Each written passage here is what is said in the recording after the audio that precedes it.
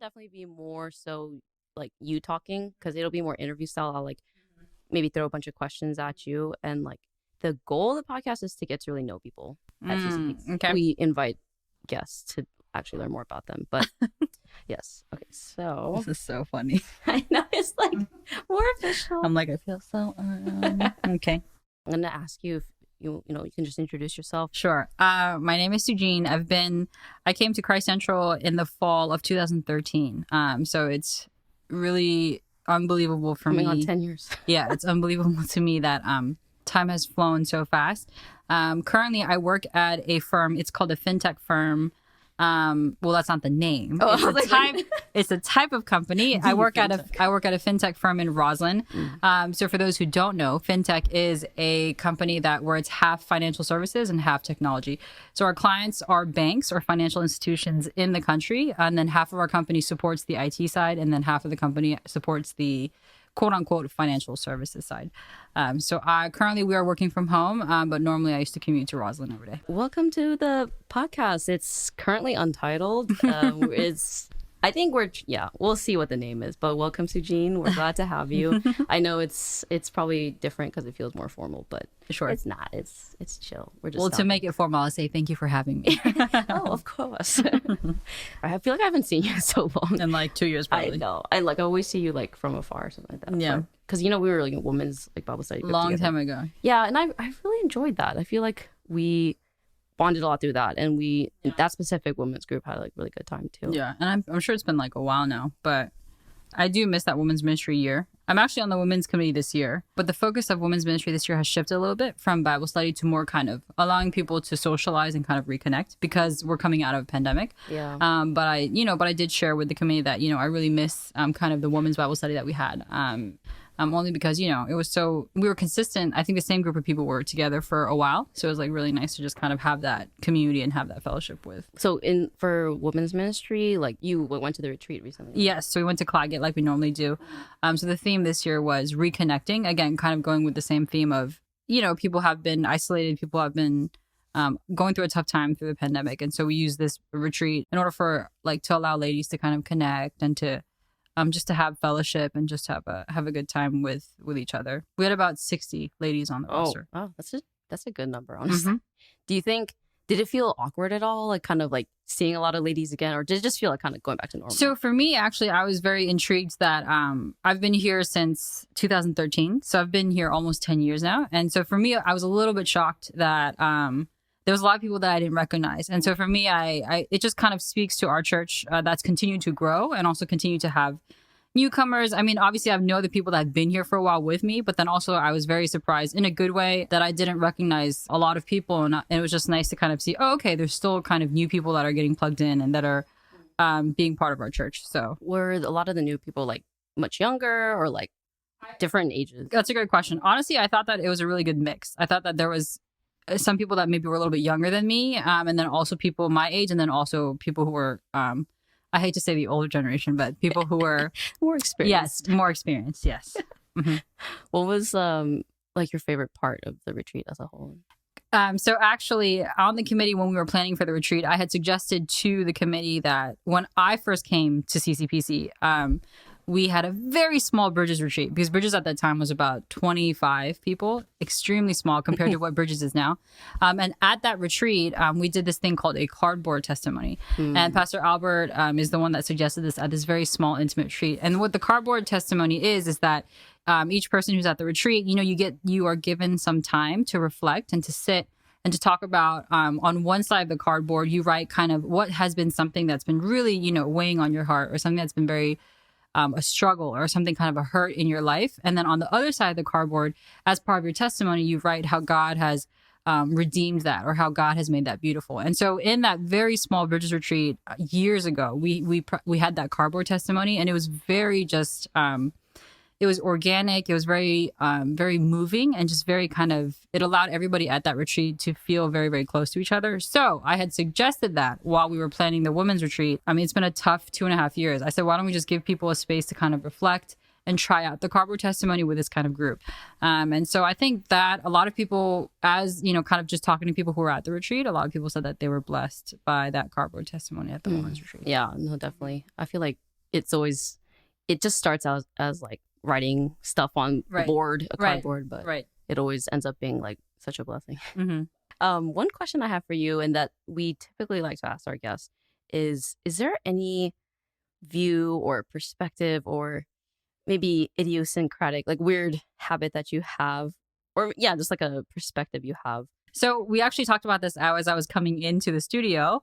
So I am one of those people who carbonated water, I believe, is, and I'm only chuckling because I've had many arguments with people who deem to be carbonated water experts. So for example, I will say a line like, I don't understand why people drink carbonated water. It's just water that's that has, carbonation in it, and it tastes like water. And I'll have so many friends go down the list of carbonated water brands, such as, I've heard Waterloo is great, like Perrier. There's multiple brands that are now doing carbonated water. And every single friend tries to push it on me that, like, if you try this brand or this flavor, you will taste the orange or the peach or the pomegranate. But for me, I will literally die on the hill that carbonated water is just water that has carbonation and there is no flavor. You might have a scent of the flavor that the can seems to, argue that it has, right? And it has all these amazing flavors on the outside. But I will die on the hill that carbonated water is just carbonated water. So essentially, instead of paying, like $5 for a pack of 40 water bottles, you're paying, $8 for 8 cans of carbonated water just to convince yourself that it does have flavor, but it doesn't.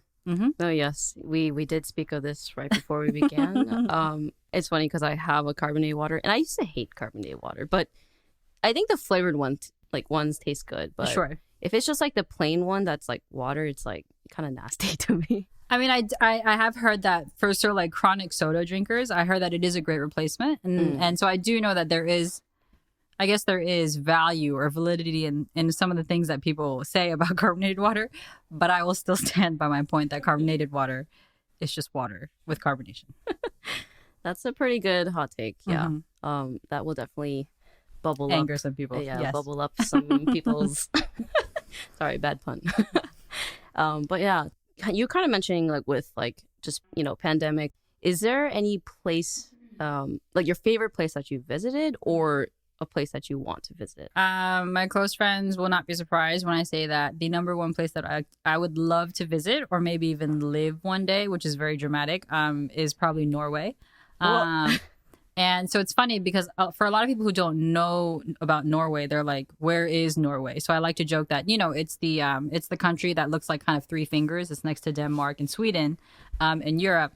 And then also a lot of people don't, Norway is known for their fjords and kind of the beautiful like ocean. And it's a peninsula essentially, right? Well, kind of a peninsula. But for me, I actually do not like to be hot, and I love the extreme cold. So Norway attracts me for a couple reasons. So if you look at the pictures from Norway, especially northern Norway, it's just a winter wonderland. Yes, there might not be sun all year, kind of like Antarctica or Alaska, but the winter wonderland, and you can see the northern lights anytime you want. And the best thing is that, you're just never hot. And so for me, I think Norway has always been kind of my, I guess, quote unquote, bucket list or dream country, where if I had the luxury or the privilege to live in Norway for a long time, like I would literally like to go from south all the way up to north. And there are some roads that do connect all the way from south to north. So some people do make that trek, which is obviously a very, very long trek. But apparently Norway is just very breathtaking, kind of like Switzerland, where every place that you look is kind of like a postcard. And then you have the added benefit that, again, it is very cold. And so Norway seems to be kind of my bucket list destination. Huh. That's like, it is kind of random because it's, there are a lot of other countries that are cold and a lot of other countries that are like, similarly beautiful, like Switzerland. So, okay, fine. So in the same nature, I would love to visit Colorado. I would love to visit kind of Vermont or New Hampshire when it's very cold in the winter, maybe. Or same thing with like, Banff is a hot take, any kind of places in Canada. But yes, I really like snow and cold and ice. And so any country that isn't hot and humid is going to be on my kind of wish list or bucket list. No, okay. Norway, that's so random. It is random. I love that. But if anybody asks me, I always say Norway. did like a movie like trigger it, like Norway specifically, or you just like, saw the map, you're like, that country looks cool? I think what happened was that one day I kind of went down the YouTube rabbit hole of Northern Lights, or kind of seeing the Northern Lights. And then once I went down that rabbit hole, and then you go on Instagram and you kind of see where, and then you start researching like, where do you see the Northern Lights? Like, where is it the easiest to see the Northern Lights? And then everybody was like, oh, you have to go to Norway. And I think that's kind of what initiated my interest in the country. And then the more I started kind of Googling and researching, I mean, nowadays, I think that everybody would agree that some of those videos on YouTube or Instagram is like 4K. So sometimes I feel like you don't even need to be there because It's better you're on kind of video. seeing, I mean, really just how breathtaking like all these places are. But I still believe that obviously there's going to be a different experience when you're actually there. But I highly recommend, anybody who's listening, if you do really want to see kind of just really like phenomenal just landscape, like I'd really recommend looking up like certain cities in Norway. What northern or southern, or the whole country just is very picturesque. Wow, I really want to go now. I'm not a big fan of cold, but it does sound pretty awesome. Speaking of YouTube rabbit holes, do you have any other like rabbit holes you've been getting into? TV shows? I know you mentioned earlier that you like TV shows. So since May is Asian American Pacific Islander month, I think that's what the acronym is. If I might be incorrect. I might be incorrect. But since May is kind of Asian Heritage Month, I can kind of touch upon different things that are maybe like Asian focused in kind of the realm of like media. So I lived in Korea for elementary school and middle school. But then after middle school, I went to a predominantly Caucasian high school. And then in college, I didn't really have a lot of Korean friends. And so when I was in Korea, I had obviously K-pop was nowhere near the kind of insane popularity that it has now. But when I lived in Korea, obviously you like K-pop because that's the country's music. But after high school and college, I actually really didn't follow. I wasn't aware. I just didn't have any kind of idea about K-pop. And then 2015, I remember very, very specifically that. I think I know. So 2015, I don't really know what triggered kind of my or to kind of reinvigorated my interest in K-pop. But one day I came across dance practice videos on YouTube. And again, YouTube is just, it has that algorithm in a sense that you start watching one dance practice and then it suggests all of these, artists that have dance practice videos. So 2015 is when I was introduced to BTS. And so, for me, as somebody who for a while didn't really follow K-pop, I was very actually surprised that I was able to kind of, I guess, rekindle that passion that I had for K-pop. And so once I started watching BTS, and I would like to throw out there that I was the original BTS fan at Christ Central because I knew them before they got famous. But so BTS kind of started again, like my second chapter or second era of K-pop. And now I'm to the point where, and my friends know this, I check the K-pop subreddit on Reddit every single day. That's where I get my latest kind of K-pop news. And I also just really enjoy and actually very proud just how much K-pop has expanded and how much K-pop has exploded. Not only obviously in our country, but literally across in the entire world. And so for me, I think K-pop has just really, as somebody who speaks Korean and who's proud of being Korean, I think K-pop has really just, again, it's very corny to say, but I'm just very happy that other people are kind of acknowledging and also understanding just like the effort, the talent, and just the influence that Korea has. Obviously, it's not just K-pop, it's Korean dramas and, all fashion as well. Just how much influence this small country of 40 million has across the world. Yeah, I'm also like proud to be an Asian American. And I know like you mentioned BTS, there's definitely a lot of different groups that are like as you said, like kind of bringing Asian Americans to light and just even Asian culture and making it more like pronounced. And like we're getting like a lot more, not only attention, Representation. but like, representation on the screen. And I think when I was younger, I'd be like, oh, Asian. And I still kind of do that now, but much less because it's like there's just more representation, as you said. Going back to BTS. Okay. I am wearing my shirt that I bought, Nice. Merch from, because I went to the BTS concert. So I'm talking to a true fan. yes. Well, I'm a recent fan. Okay. I have to admit, I remember like Yeah, you were definitely like an OG Mm-hmm. CCPC army. Mm-hmm. I don't know if that's a thing. I don't think that should be a thing. But I knew you were like an OG fan. And I was always like, BTS, whatever. And until the pandemic, I was like, whatever. And then I think it started from a YouTube rabbit hole. It was just like, oh, let me just see what they're like. Let me watch a few music videos. And then it devolved into watching their like variety show, Run BTS. And I was like, oh, they're actually really funny. Like they have personalities. And so that was, I'm glad that you're here. Just on a more serious note, like where, like, would you hope to see even more like AAPI representation, like in the future? Like, do you imagine just like us, like as AAPIs? I don't know if that's a thing, but just being more part of like society everywhere. Like, what is kind of your vision for that? So this reminds me of a very interesting conversation that I had with my coworker, and I'm sure. I mean, this might be an unpopular opinion or this might be a controversial opinion, but my coworker was actually talking about Shang-Chi as the first Marvel character being released. And my coworker, who's non-Asian, I remember him reaching out to me and saying that, oh, I'm going to go see it. I'm so excited. The trailer looks really, really good. Like, have you seen it? How do you feel about it? And I remember telling my coworker that, I told him that I kind of feel mixed about it. And so he was a little bit surprised. He asked me, oh, like, why do you have mixed feelings about it? This is amazing. This is great. I told my coworker that while having obviously the superhero, first superhero who is an Asian character, obviously does absolutely push boundaries when it comes to representation or kind of actually having somebody on screen that, even us or younger people, older people can relate to, and especially culturally that we can relate to.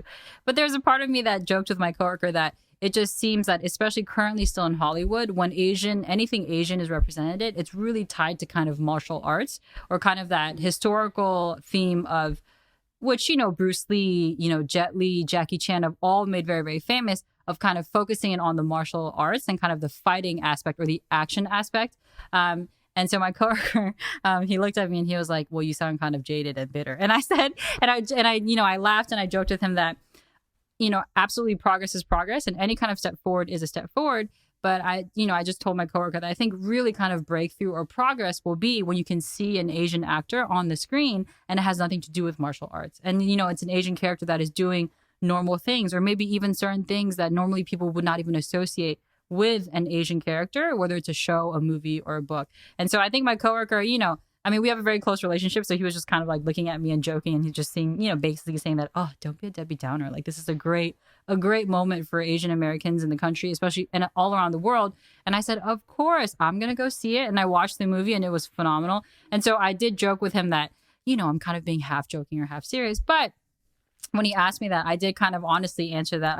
I think that for us, maybe in 10, 20 years, we will see a lot of kind of Asian movies or books or TV shows where it's not always kind of associated with like, a martial arts film or an action film. Tropes, yeah, something that's very different or unique. Because I think that we are living in a world where there's a lot of stories that can be told by very different people. And it doesn't always have to kind of follow the same storyline that we're always kind of used to seeing when it comes to Asian people on screen. I hope that maybe, to your original question, I hope that maybe in the future, yes, we will see a ton of opportunities for Asian actors or characters where it's not kind of something that people are always used to seeing Asian characters do. It's definitely tough, especially if that's like such a common thing in media. It's just like, oh, like this is a kung fu movie. Let's put like someone who's like Bruce Lee on it or whatever. Not to take away obviously from the cultural and the historical importance of what kung fu and what all of these martial arts things have, the significance of it in our Asian cultures. But I think that, Hollywood has a lot of money, and I think Marvel has a ton of money. Warner Brothers has a ton of money. 20th Century has a lot of money. I think running out of ideas, though. I think that people can kind of gather people in the room and just kind of say, hey, what can we do that's kind of groundbreaking or different than what's been done before, and really push for that representation that Asian people kind of deserve and we would love to see on the screen. Yeah. For you, like personally, like in terms of being like an Asian American and like you said, you grew up in Korea and then you came back and then you were in a more like Americanized setting where you didn't really interact with K-pop and stuff.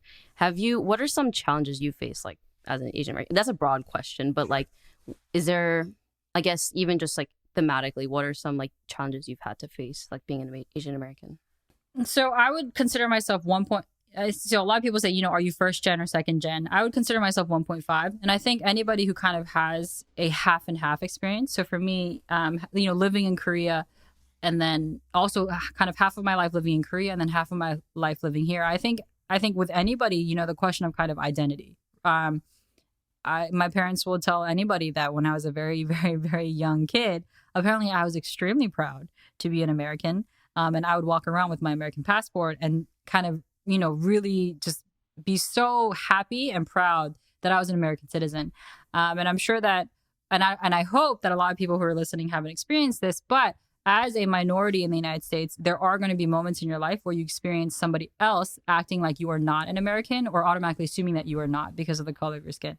And so for me, I had an experience in high school where I was flying, back and forth between Korea because I went to boarding school. And, I just remember even at that age, being a teenager, I remember feeling kind of a sense of difference in the way of being treated, even though for me, when I was coming to the States, I was coming home. But feeling kind of like certain people would maybe not, for some reason, one reason or another, not look at me and automatically assume that, hey, she's an American. They would just look at me as a non-American. So I think anybody who kind of has that dual life where we have both cultures in us, where we're proud of both cultures and we're very aware of both and we live both, I think it's sometimes difficult for us to kind of really understand where we feel more kind of comfortable or where we feel more like we belong. But not only that, to add another question of like, not just where I feel like I belong, but where is everybody who I come in contact with? Where do they think that I belong? And that can apply at work. It can apply with your friendships, your relationships, even with your family. I think for me, it's been tough to kind of reconcile both of feeling proud that I'm Korean, that I've lived in Korea, that I have Korean heritage, but then also kind of that inner girl wanting to be acknowledged and wanting to be recognized as I am an American. I'm a Korean American, but I'm a proud American. And I think that kind of, even as an adult, I think sometimes you have to navigate that and you have to kind of understand and really kind of consciously talk to yourself about how not only is it how you view yourself, but how is everybody else treating you and how is everybody else viewing you as well. Yeah. You mentioned boarding school and I was like, that sounds tough. That sounds like a very unconventional experience. Like not many people go through that. Like, how was that for you? So boarding school has its rep. There was a famous book actually. I think a couple years before I went to boarding school that was released. It was called Prep. A lot of people read that book, and it's a fictional story, I believe. But it became very popular because it was talking about boarding school life, and so a lot of people have kind of certain preconceptions or assumptions of what boarding school is. Yes, are there certain boarding schools in New England that are, filled with ex-presidents and rich CEOs' kids and, maybe there's some partying and hardcore drug use going on? Yes, I think that some of the stereotypes do come from truth. But from my boarding school is a very quaint, beautiful boarding school in Delaware. It's called St. Andrews. And it actually sits on about 2,000 acres of land, and half of that is a lake. And so we actually have a rowing team, a crew team as well. But if I had to kind of give a shout out to my high school or for people to kind of recognize like how beautiful my high school is, for anybody who's seen the movie Dead Poets Society. Oh, yeah. My high school is the background of that film. What? And where that I just got chills. Whoa. And where that was filmed. So my captain, those are actual classrooms that are still being used today. And so now the cave in the movie, we do not have an actual cave. I think that was filmed in a separate place, but so for the better. So if anybody asks me like, oh, hey, like, any kind of cool tidbits about my high school, I like to mention that, yes, Dead Poet Society was filmed there. Boarding school for me was very interesting. Again, kind of touching back on the cultural differences or kind of the Korean American thing. So I was in Korea before I flew to my boarding school. And I was considered an international student because obviously I was living in Korea and then I was coming over for boarding school. Culture shock was very intense. And I had to, as anybody kind of being thrown into a new environment, going from living in Korea to going to a school that's 92% Caucasian. And also kind of at that young age, like kind of navigating and understanding the culture and just how people act. But overall, I cannot say enough praises about my high school. I joke with my headmaster that if people can afford it, I would really, really recommend that people can send their kids. But as you can imagine, boarding school is, it comes with a very hefty price tag. And so, but I do not, if people had just asked me like, how would you summarize boarding school in a sentence? I would say, imagine going to school with your best friends and being at like a camp and seeing them all the time for 4 years. I mean, sounds so fun. It's a great experience. So again, if you can afford it, I highly recommend you consider it. And actually, let me kind of take that back. So by me saying that it's expensive, some may assume that, she must come from a rich family. My high school actually another reason why I love my high school is that applications are, they're not merit based, they're actually need based. So financial aid is extremely huge at my high school. And they will look at your application and, determine what is the need and not merit based. And so obviously I could never have gone to my high school without financial aid. And so I think that program is also great and just speaks to the alumni of the school and how much they give back to my high school. Wow. I feel like your boarding school experience is, I mean, I don't know what I thought of it. It just sounds like it was more ideal than not. So I think that's really good. I'm sure everyone's boarding school experience ranges, but I'm very thankful for mine. Mm-hmm. No, that's awesome. Do you think you're since then, like, or just, I guess when you're in like high school or even college, like, do you think your personality has changed a lot, or has it been mostly the same since then? Obviously, I haven't lived 75 years, and I don't have have a wealth of knowledge under my belt. But I think that generally, kind of everybody has like that inner child that stays the same, and then as you kind of grow and you mature, some of the things might change, but I think the inner girl is still there. I think if you look at who I was in high school or college, even post-college until now, I think the same kind of personality traits or the same things that I struggle with or that I'm good at, I think those have all remained. But I've just kind of, quote unquote, I guess, grown up and become an adult. But I firmly believe that people are always like kids at heart. And so I think on the outside, yes, I'm an adult that has a 9-to-5 who pays bills and who has, quote unquote, adult responsibilities. But I think when I look back at kind of high school and college, I think that I'm still the same person, kind of like still learning and growing. What would you say is then like one of the seasons of life where you just kind of struggled the most? For me, since we are talking on the Christ Central podcast, one of my biggest idols is actually career. And so I think a lot of Koreans and maybe even a lot of Asians, they struggle with this same kind of idolatry of really tying your worth to kind of where you work or how much you make or what your title is. And so for me, being an only child, having a lot of pressures growing up, I think that kind of that the career success and the kind of the other things that come with, having a great career, I think has always been a root idol that causes a lot of the issues that I have. So for me, in terms of if you said what is kind of the most difficult season, I think anything after graduating college has been tough for me because we live in a world where it's kind of shown that like people kind of know what they want or know what they're good at are the ones that succeed. And people who are kind of slower to understand or slower to know what they want, they're kind of lost and they're quote unquote behind. And so for somebody who really struggled with kind of finding my stride and finding like my job, especially kind of like the quote unquote big girl job after college, I think career has always been a struggling point for me.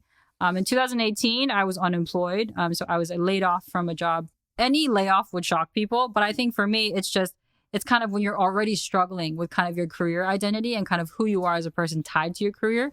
When you get laid off, there's another layer that comes with, feelings of kind of failure or feelings of just not living up to expectations.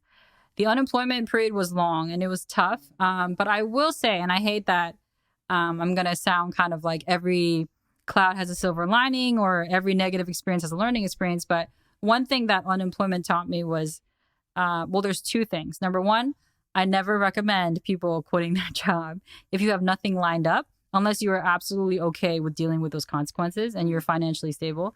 There's certain times where you have to quit, and that's what you have to do. But the second thing that I really kind of want to tell people about unemployment is that it is terrifying. It is not easy mentally, especially emotionally. But you learn a lot about yourself during unemployment. And I think that while the unemployment period was long, I hate to sound cliche, but it was such a good learning experience for me because you start to understand and learn, okay, if I didn't have a 9 to 5, if I didn't have a steady paycheck, what would I be doing and how would I be trying to figure out my life? I was able to be lucky enough where I could work at a yoga studio part-time. I was able to attend classes for free and, kind of get plugged into the community that I live in, meet new people, and just have a really great experience learning yoga as well.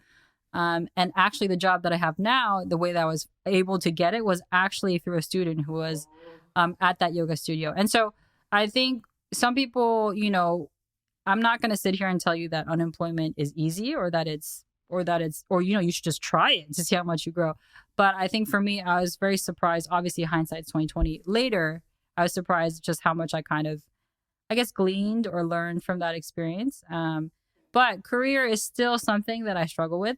I hate to sound very predictable and talk about how, Nova is a very different, some people call the Nova bubble, or some people kind of talk about how like we are in an area close to DC where salaries are very high. People are very, driven and people are very career focused. And so living in this kind of area, it's hard not to compare. It's hard not to feel like you're just not, making those kind of steps that other people are making. But, one day I'm going to quit my job and live out of a van and travel with my husky or my cat. So that is kind of the end goal. So until I reach that threshold, in Norway. Right, in Norway. So until I reach that threshold, I think, the kind of the day-to-day 9 to 5 grind, like it's not easy. But I'm trying very hard to stay positive about it. Was there anyone or like a community that like helped you kind of like through this process, or even just like spiritually? I'm sure it was tough. Like maybe it wasn't like spiritually, but I can imagine that it was probably a little bit tough. So, if any of my close friends listen to this podcast, I think that they will kind of know all the answers to these questions. But so Christ Central for me is the first time where I've had close friends be Christians. So I kind of mentioned that I've been a churchgoer all my life. I've been baptized when I was a baby, and I was confirmed when I was in high school. So I've been a churchgoer all my life, but I think through high school, through college and post-college, I was regularly attending church, but I did not have close friends that were believers who went to church and who actually, like lived in kind of the Christian community. And so when I came to Christ Central, it sounds very, I'm sure for people who've kind of lived in Christian communities for a very long time, it'd be kind of shocking to them to hear this, but I was just so floored, or kind of every experience was new to me when you have close friends that are praying for you, that are just really like that quote unquote doing life with you. And so during the tough times, or any kind of time where I'm having a difficulty, especially with anything, it's amazing to have friends that will genuinely pray for you and genuinely be there for you. And so Christ Central, in the 10 years that I've been here, obviously, there's been changes as there's always been changes, but I think one, phenomenal thing, and it sounds like I'm kind of talking about Christ Central really well because I'm on a Christ Central podcast, but I think one of the things that Christ Central is just very special and does extremely well is that, it's hard to be in a community where everybody just seems so genuine and just very caring, because a lot of times, you're going to have fake people, you're going to have people with ulterior motives. But in the last 10 years that I've been here, I think the community is just so, every single time somebody's going through something difficult, it's amazing to see the community rally around that person, whether that's like, in CG in a small manner, whether that's in as church and large, but especially with the multi-generational groups. What kind of church will have a place where you can be kind of close friends with someone who's 24 years older than you, and then somebody who's, 17 years younger than you as well. So I think for me, I this is not something that I'm saying, especially because I'm on a Christ Central podcast, but I think I would not have gone through a lot of the things that I've gone through without the community that I have here. And whether that's through CG or whether that's through friends that I've met at Christ Central, going from not having close friends that are Christians to having a lot of friends that are Christian, it's a very different experience. And a very, it's just been a very eye-opening, very humbling, and a very thankful experience overall. I can definitely attest that Christ Central is just such an awesome community. And though our church is not perfect, there's a lot of people that are trying to really support each other and love each other. And yeah, everyone's very genuine. There's no one who's super fake. And I definitely appreciate and am grateful for Christ Central for that. Sujin, thank you so much for joining us today. This was a lot of fun. I learned a lot from you. Also, you had a lot of fun. So one thing before we end, since we're talking about Asian American Heritage Month, I actually recently read the book Crying in H Mart, and I wanted to mention that before we ended our time here. So when I picked up that book, I was actually very excited because I've heard from so many people. They were like, you are going to cry. It is going to be so moving, and you are going to just love the book. I actually read the book, I think, in like 2 sittings because it is a very easy read, and it's a fast read. But after I ended the book, I sat there and I was just, did I read the same book that everybody else seemed to have read? And I felt so bad because, again, it was a very famous book that people were so proud of because, again, it touches upon our Korean culture and heritage. I mean, the title is Crying in H Mart. Yeah. It's so relatable. It's so... but I was just very surprised that at the end of it, I kind of sat there wondering if I just missed kind of the main theme or the main note of the book. But I only bring this up to say that obviously every book or movie or TV show is interpreted differently by your experiences. But all this to say, I did really appreciate that there is a book that is so Korean focused and it's about our culture, about our food, about our relationships. So I do recommend it. But if people don't really want to believe in the hype of certain books, I wouldn't go in with such expectations. High expectations. Mm-hmm. This is your true hot take. That Crying in H Mart was that might be more that might be more controversial than my carbonated water.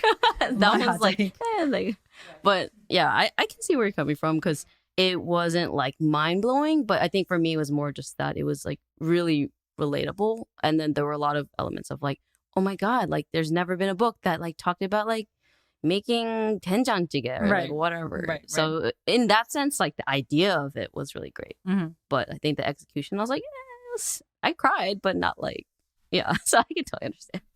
But thank you once again for everything you shared. I feel like, I learned a lot. And I feel like I learned about you a little bit more. Well, thank you for having me. Thank you, Sujin. I'll see you next time. Thank you.